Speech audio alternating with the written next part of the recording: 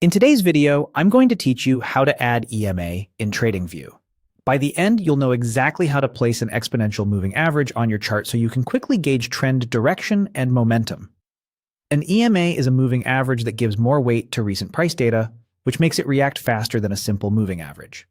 Many traders use it to spot trend shifts, dynamic support, and resistance, or to confirm entries and exits alongside other tools.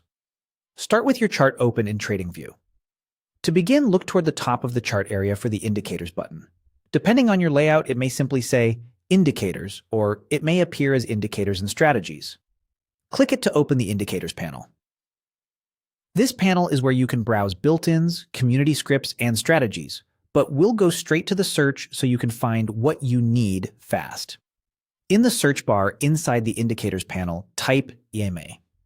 You don't need to worry about capitalization. The results will filter instantly. You should see an entry labeled EMA or Moving Average Exponential under the built-in indicators. If multiple results appear, the built-in version is the simplest and most widely used, so it's a reliable choice. Keeping the search concise with just EMA helps you avoid unrelated scripts or custom versions until you're comfortable experimenting. Now click on EMA in the results list.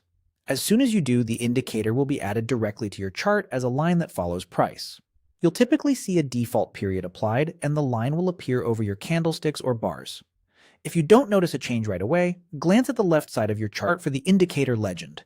The EMA will be listed there confirming it's active. You can add more than one EMA if you like by clicking it again, which is useful when comparing short-term and long-term trends. After the EMA is on your chart, you can fine-tune it without leaving your workflow. Hover over the indicator's name in the legend to find quick controls, including color and style. Adjusting the length changes how sensitive the EMA is. Shorter lengths react faster, but can be noisier, while longer lengths are smoother and slower. Remember that the indicator calculates on your current time frame, so switching time frames will naturally change how it looks. That's all it takes.